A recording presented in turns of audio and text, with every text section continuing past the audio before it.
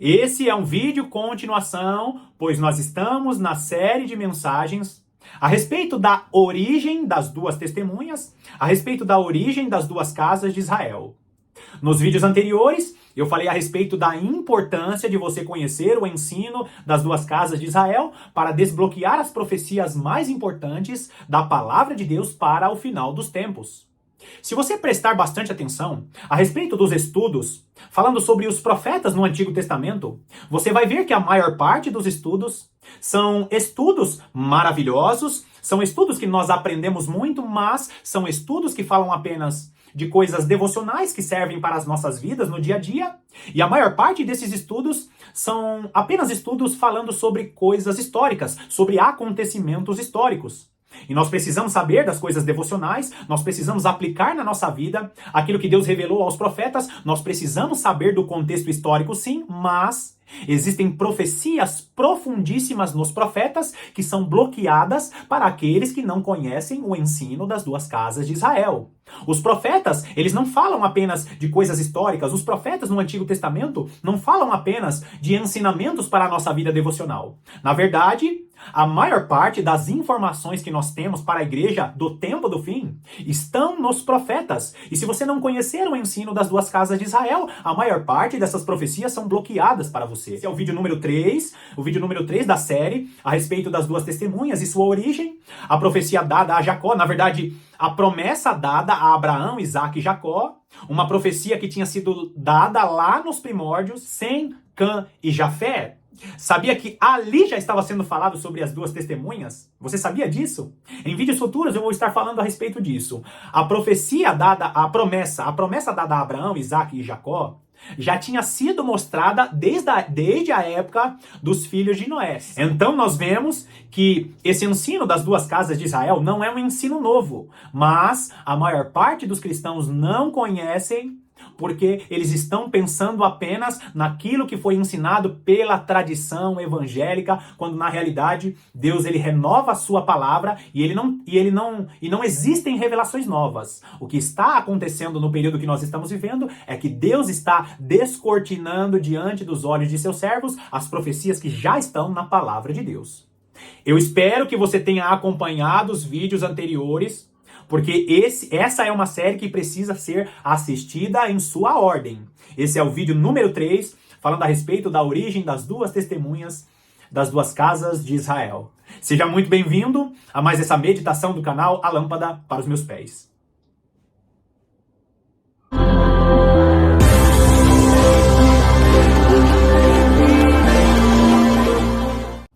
Nos vídeos anteriores, nós falamos a respeito do encontro de José com seu pai Jacó, e José levando o seu filho Efraim e o seu outro filho Manassés para Jacó abençoar. Existe aquela famosa bênção das mãos trocadas, e ali Jacó dá a bênção maior para Efraim, dizendo que de Efraim sairia a plenitude dos gentios. Jacó diz para José: José, de Efraim sairá a plenitude dos gentios. E eu te digo mais, José, Efraim está acima de Manassés. Jacó profetiza que Efraim seria o cabeça das tribos de Israel. Agora, queridos, nós sabemos que a partir daquele momento, a partir da profecia proferida por Jacó ele acaba sendo profeta aqui, Jacó profetiza a plenitude dos gentios e Deus começa a trabalhar de maneira específica com duas tribos.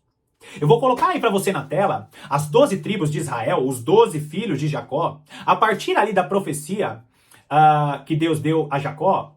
E aqui, quando Jacó ele profetiza sobre essa bênção que viria de Efraim, sobre a plenitude dos gentios que viria de Efraim, ele começa a proferir as bênçãos para as 12 tribos de Israel. E ele dá várias bênçãos e ele explica características das tribos de Israel nessas bênçãos. Mas Deus, a partir daqui, ele começa a trabalhar com duas tribos especificamente. Deus começa a trabalhar com a tribo de Judá e Deus começa a trabalhar com a tribo de Efraim. Você vai ver que futuramente essas tribos se tornam reinos. E Judá se torna a cabeça de um reino e Efraim se torna a cabeça de outro reino. Agora, nós vamos partir para o momento histórico desse ensino. E eu preciso que você preste bastante atenção, porque eu não estou contando para você a parte histórica de um povo antigo. Eu estou contando para você a história da igreja, a história dos selados de Cristo e todo o plano de Deus, porque a história da igreja, ela está inserida, ela está entranhada junto com a história de Israel. Então, todas as vezes que você pensar, ele está entrando na parte histórica, não, eu estou entrando na parte histórica da igreja. A igreja, ela se originou das 12 tribos de Israel do Antigo Testamento.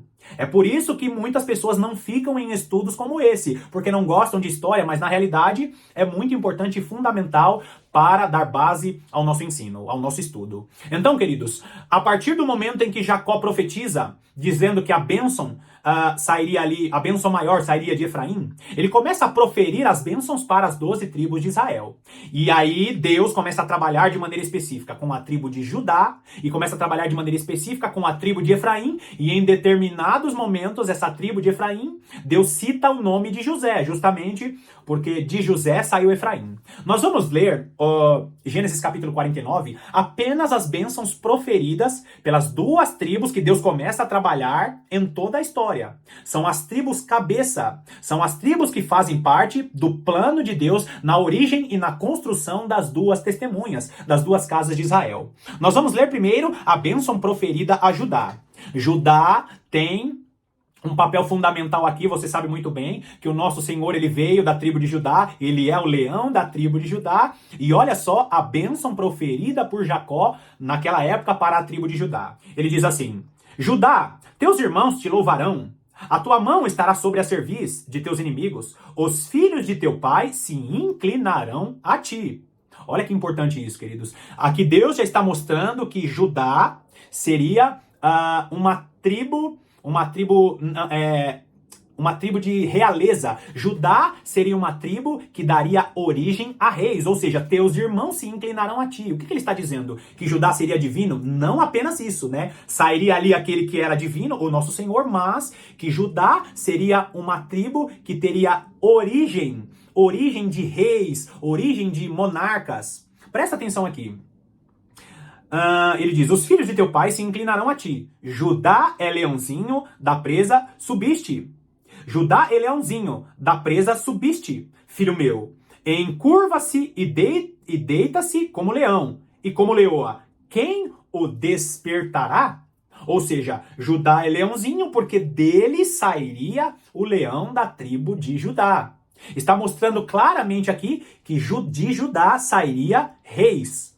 Então, o leão, que é a figura de rei, né, que é a figura daquele que lidera reinados, de Judá justamente seria uma tribo de reis. Agora, queridos, Deus começa a trabalhar de uma maneira especial através da tribo de Judá, e mais pra frente você vai entender por que eu vou citar apenas essas duas tribos. Do outro lado, nós vamos ver aqui a bênção dada a José. E por que eu vou ler a bênção dada para José? Porque Deus, ele fala muitas coisas aqui a respeito de José, né? Ele diz assim, Gênesis capítulo 48, nós vamos ler o versículo 22, né? Dos versículos 22 até o versículo 22, que diz até o versículo 26, né? O versículo 22 diz assim: José é um ramo frutífero junto à fonte. Olha só de novo, ramo frutífero, ou seja, José é um ramo que tem vários galhos, por quê? Porque a descendência de José vai bifurcar, vão nascer vários galhos, porque de José virão muitos povos. José, ele deu o nome do seu filho de duplamente frutífero, que era Efraim. E é por isso que está sendo dada esta palavra, né? Jacó está dizendo: José é um ramo frutífero junto à fonte. Seus galhos se estendem sobre o muro, ou seja, os galhos de José não vão ficar apenas na nação de Israel. Os galhos de José vão ultrapassar o muro, por quê? Porque outras nações vão descender de José. Outras nações verão o galho de José. Outras nações colherão deste fruto que vem de ti, meu filho José. Olha o versículo 23. Os flecheiros lhe dão amargura, atiram contra ele e o aborrecem. O seu arco, porém, permanece firme, e os seus braços são feitos ativos. Olha que lindo! Os seus braços são feitos ativos pelas mãos do poderoso de Jacó. Sim, pelo pastor e pela pedra de Israel. E olha aqui, queridos, mais uma vez, uma menção, ainda em mistério, mas uma menção do nosso Senhor Jesus Cristo, que é aquele que é a pedra de Israel. A pedra que foi colocada ali, a pedra de esquina, o fundamento, que é o nosso Senhor e Salvador Jesus Cristo. Por quê? Versículo 25. Pelo Deus de teu pai, o qual te ajudará, e pelo Todo-Poderoso, o qual te abençoará, com bênçãos dos altos céus, com bênçãos das profundezas, com bênçãos dos seios e da madre. As bênçãos de teu pai excederão as bênçãos de meus pais, até ao cimo dos montes eternos. Estejam elas sobre a cabeça de José e sobre o alto da cabeça do que foi distinguido entre seus irmãos. Então, queridos, José se distinguiu. José foi aquele que se destacou entre seus irmãos. Por quê? Porque Deus escolheu José para que de José saísse aquele que é duplamente frutífero. José é um ramo frutífero, porque de José vai sair as bifurcações, vários galhos que vai formar aquela oliveira, e nós, os gentios, fomos enxertados nessa boa oliveira. Então, queridos, nós vimos aqui a bênção, presta atenção nisso, a bênção que foi dada primeiro para a tribo de Judá e a bênção proferida para José, e você sabe muito bem, José pai de Efraim, e Deus começa a trabalhar de maneira especial com a tribo de Judá e com a tribo de Efraim. Deus está dizendo, do duplamente frutífero viria ali os galhos que se estenderiam e passariam os muros. A bênção que Deus tinha para Israel não era uma bênção para ficar apenas na nação de Israel, era uma bênção que ultrapassaria os muros. Foi por isso que Deus abençoou tanto José, porque do filho de José, Efraim, sairia a plenitude dos gentios. Agora, queridos, nós vemos que Deus, quando ele faz uma promessa nas nossas vidas, ele vai cumprir. E Deus, ele começa a trabalhar de maneira específica com a tribo de Judá e com a tribo de Efraim. Logo após essas bênçãos proferidas por Jacó aos seus 12 filhos, os 12 filhos que se tornariam as 12 tribos de Israel, nós precisamos avançar algumas gerações. Algumas gerações, logo após essas bênçãos profetizadas por Jacó, Israel passou para o período onde os juízes governavam a nação. O período dos juízes foi um período em que a nação de Israel era governada, era liderada por juízes. Só que no período do último juiz, o profeta Samuel, os habitantes, a nação de Israel, começam a reclamar dizendo: nós queremos ser governados por um rei. Porque as nações ao redor aqui de Israel são governados por reis e nós somos governados por juízes. Não, nós queremos ter um rei. E ali, contrariado, Samuel conversa com Deus e Deus decide atender ao pedido do povo, e Deus levanta Saul. Saul foi o primeiro rei de Israel, e em seguida o segundo rei de Israel foi Davi, e na sequência, após Davi, foi o filho de Davi, Salomão. Quem reinou os primeiros 40 anos foi Saul. Depois Davi mais 40 anos e depois Salomão 40 anos. Um período de 120 anos chamado de o período do Reino Unido. E durante este período do Reino Unido, esses 3 reis reinaram com características diferentes, nós sabemos a história desses reis. Só que quando chegou no reinado de Salomão, com aquele reinado próspero, com todas aquelas bênçãos derramadas, com toda aquela paz sobre a nação de Israel, o único momento da história em que a nação de Israel esteve em paz foi no período de Salomão. Salomão, ele começa a se envolver com outras mulheres, ao ponto de ele ter 1000 mulheres. E ele começa, por causa de sua idade avançada, ele começa a se envolver com aquelas mulheres e com as crenças daquelas mulheres, e começa até a servir os deuses que aquelas mulheres serviram. O rei Salomão se entrega à promiscuidade e se entrega ao adultério espiritual. Então, ali no momento do terceiro rei, lembra? O terceiro rei deste período do Reino Unido, o rei Salomão, ele peca e Deus começa a falar para ele o seguinte. Vai lá comigo, 1 Reis, capítulo 11. Nós vamos ler poucos versículos só para você entender a história. 1 Reis, capítulo 11, olha o que diz o versículo 9. Pelo que o Senhor se indignou contra Salomão, pois desviara o seu coração do Senhor, Deus de Israel, que 2 vezes lhe aparecera. E acerca disso que tinha ordenado que não seguisse a outros deuses. Ele, porém, não guardou o que o Senhor lhe ordenara. Por isso, diz o Senhor a Salomão: Visto que assim procedestes e não guardaste a minha aliança, nem os meus estatutos que te mandei, tirarei de ti este reino e o darei a teu servo. Contudo, não farei nos teus dias, por amor de Davi, teu pai, da mão de teu filho o tirarei. Todavia, não tirarei o reino todo. Darei uma tribo a teu filho, por amor de Davi, meu servo, e por amor de Jerusalém, que escolhi. Então, queridos, neste período aqui do Reino Unido, o terceiro rei, que é o rei Salomão, filho de Davi, ele acaba pecando com as prostituições espirituais e ele acaba seguindo os deuses das mulheres que ele tinha. E aqui nós vemos, queridos, o declínio da nação de Israel, porque Salomão, ele peca e ele acaba ali desobedecendo a Deus. Agora, grava bem isso, queridos. O versículo 11 vai dizer que Deus vai tirar a mão, Deus vai tirar da mão dele e dar o reino para o servo dele. E aqui nós iniciamos o momento em que este Reino Unido, ele acaba sendo quebrado no meio. Por quê, queridos? Porque as 12 tribos de Israel não ficaria mais ali com a linhagem de Davi, com a linhagem de Salomão. Deus quebraria as 12 tribos de Israel e daria uma tribo e depois a outra tribo seguiria, né? 2 tribos ficariam de um lado e 10 tribos ficariam do outro. Por quê? Por causa da desobediência de Salomão. Vai lá comigo agora ainda em 1 Reis, capítulo 11, nós vamos ler o versículo 26 primeiro. Que diz assim: Jeroboão, filho de Nebate, efraimita de Zereda, servo de Salomão. Presta atenção nisso, queridos. Olha as informações que tem nesse texto. Jeroboão, efraimita. E ele era o quê? Servo de Salomão. E cuja mãe era mulher viúva, por nome Zerua, levantou a mão contra o rei. Esta foi a causa porque levantou a mão contra o rei. Salomão estava edificando a Milo e terraplanando depressões da cidade de Davi, seu pai. Ora, vendo Salomão que Jeroboão era homem valente e capaz, moço laborioso, ele o pôs sobre todo o trabalho forçado da casa de José. Então, primeira coisa, Jeroboão, ele era efraimita. Lembra que eu falei que Deus estava trabalhando de maneira especial com a tribo de Judá e com a tribo de Efraim?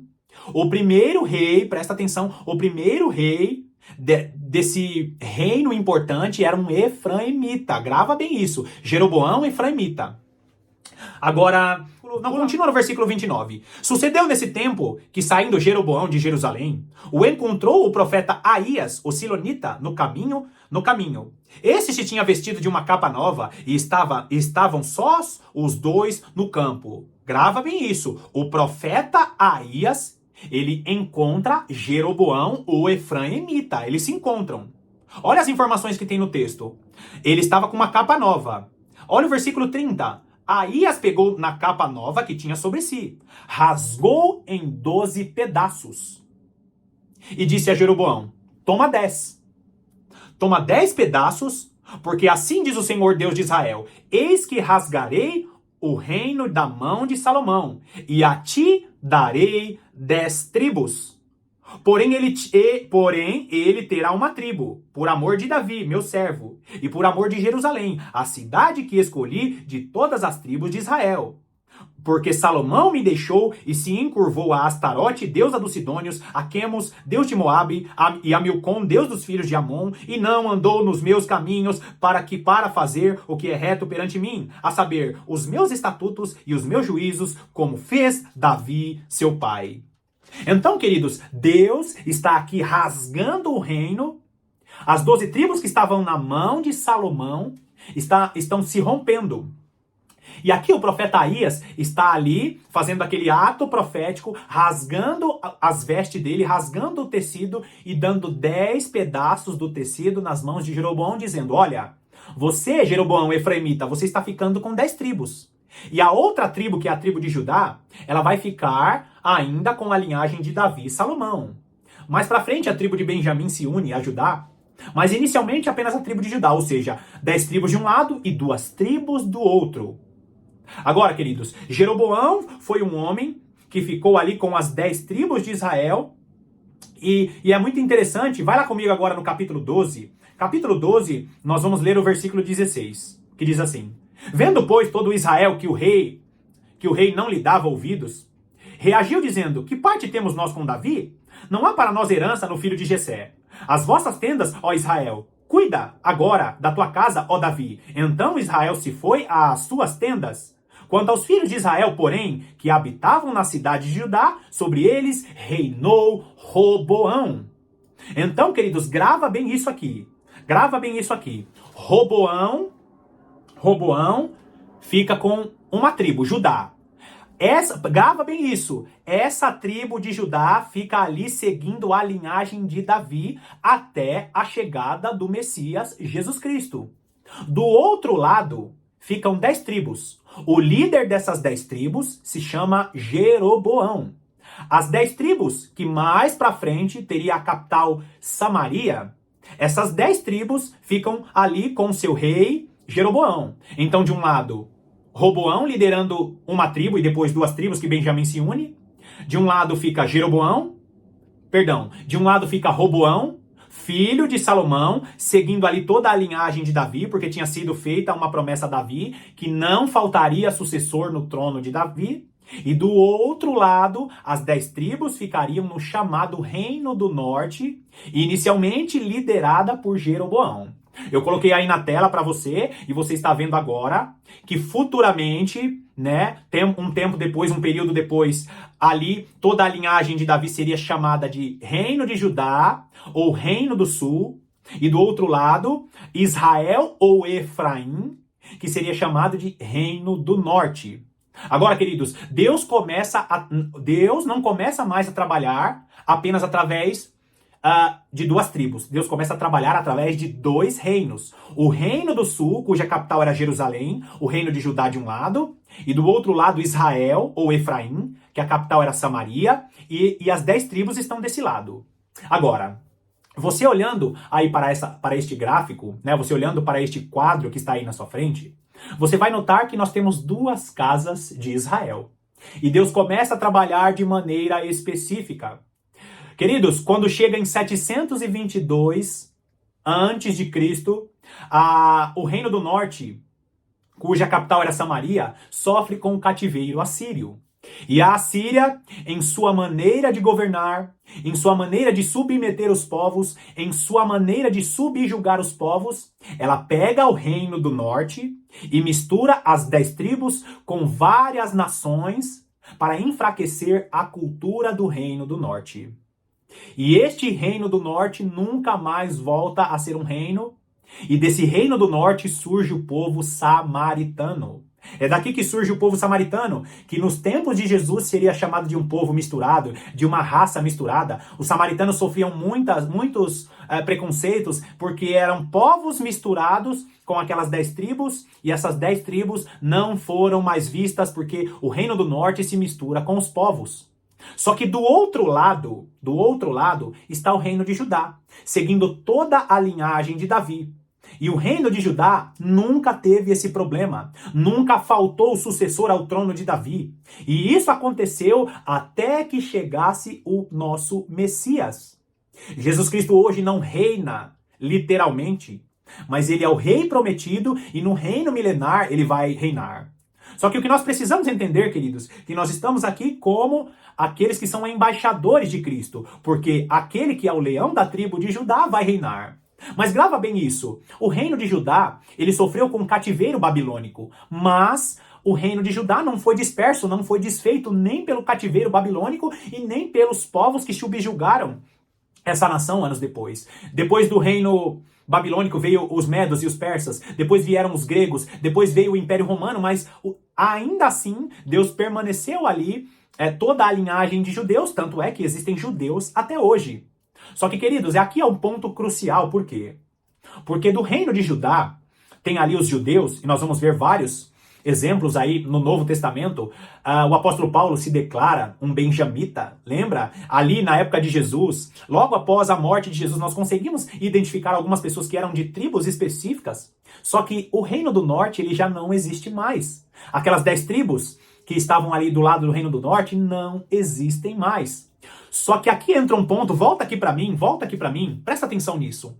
Aqui tem um ponto crucial de você entender a dinâmica dos cativeiros desses 2 reinos, por quê? Porque quando Jesus Cristo morre na cruz do Calvário, ele habilita judeus e gentios a fazerem parte da família de Deus. É por isso que você precisa ficar muito atento a profecias importantes que envolvem o povo samaritano, por exemplo. Porque em vários momentos nós vamos ver Jesus como figura do samaritano. Jesus, ele veio da tribo, ele é o leão da tribo de Judá, ele é da tribo de Judá. Mas Jesus, ele veio e os samaritanos são a figura do povo gentio que seriam salvos em seguida. Quer ver uma explicação maravilhosa disso? Vai lá comigo em João capítulo 12. João capítulo 12, nós vamos ler apenas alguns versículos de João capítulo 12.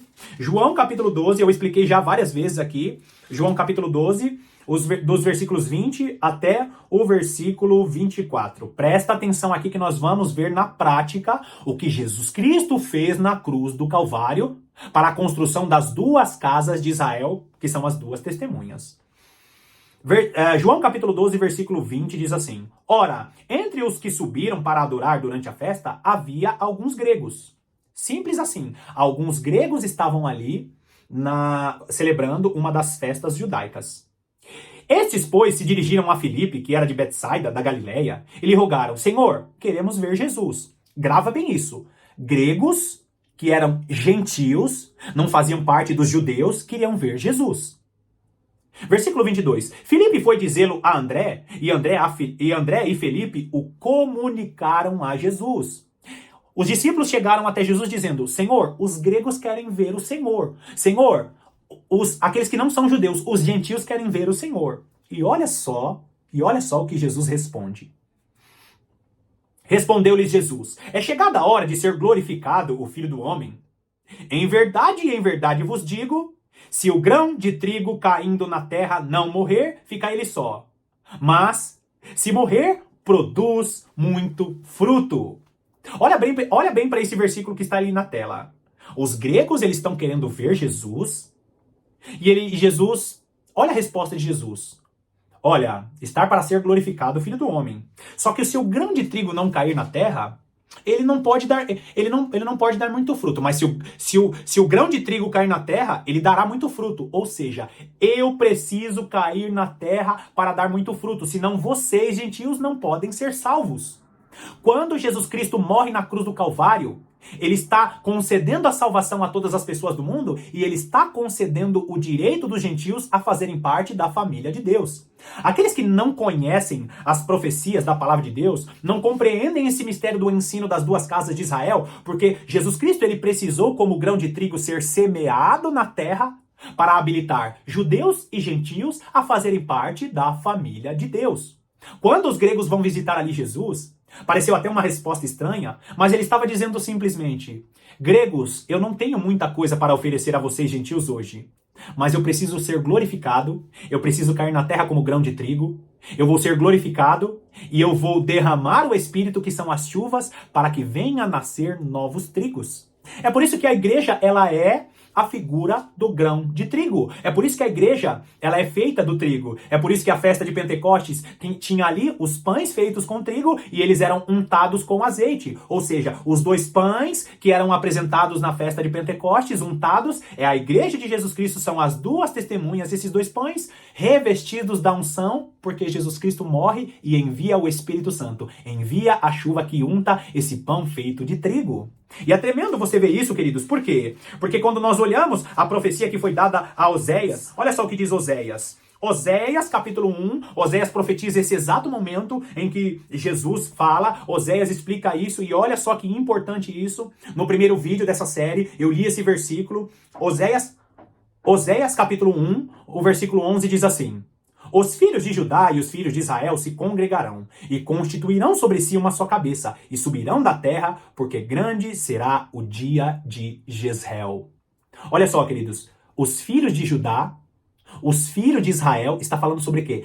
As duas casas de Israel, que até então, na época de Oséias, ainda era reino dividido, ainda eram 2 tribos para um lado e 10 tribos para o outro.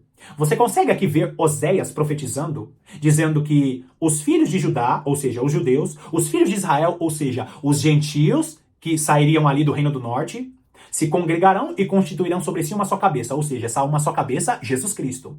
E subirão da terra. O que quer dizer subirão da terra? E eles ressuscitarão. Está falando sobre a ressurreição dos mortos. Porque grande será o dia de Jezreel. O que é o dia de Jezreel? Jezreel significa Deus semeia. Grande será o dia em que Jesus Cristo foi semeado na terra e permitiu que de Judá e de Efraim saísse as duas casas de Israel. Ou seja, as duas testemunhas. Queridos, nós vamos finalizar aqui o terceiro vídeo falando sobre o ensino das duas casas de Israel.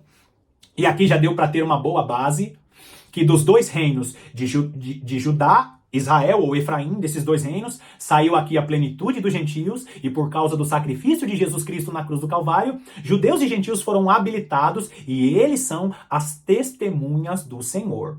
As duas testemunhas do livro de Apocalipse, capítulo 11, no capítulo 11, Zacarias capítulo 4, esses são 144 mil selados. Só que você não pode parar nesse vídeo aqui. Nós vamos continuar, nós vamos fazer um quarto, talvez um quinto vídeo, mostrando para você a dispensação das 12 tribos de Israel, agora não mais o Israel da antiga aliança, o Israel da promessa. Eu vou mostrar para você porque que aquelas duas testemunhas estão conectadas com todas essas promessas que eu falei ao longo desses 3 vídeos. Eu vou mostrar para você porque os 144 mil selados é essa igreja de Jesus Cristo, que essas 12 tribos que estão ali nos 144 mil selados é o Israel da promessa. Você precisa acompanhar os próximos vídeos para entender que as profecias que estão no livro de Apocalipse necessitam muito do entendimento desse ensino das duas casas de Israel. Bom, eu espero que até aqui os vídeos tenham abençoado a sua vida, tenham te direcionado para uma compreensão verdadeira das profecias da palavra de Deus. Obrigado pela sua companhia. Que Deus te abençoe poderosamente e eu te aguardo para as próximas meditações.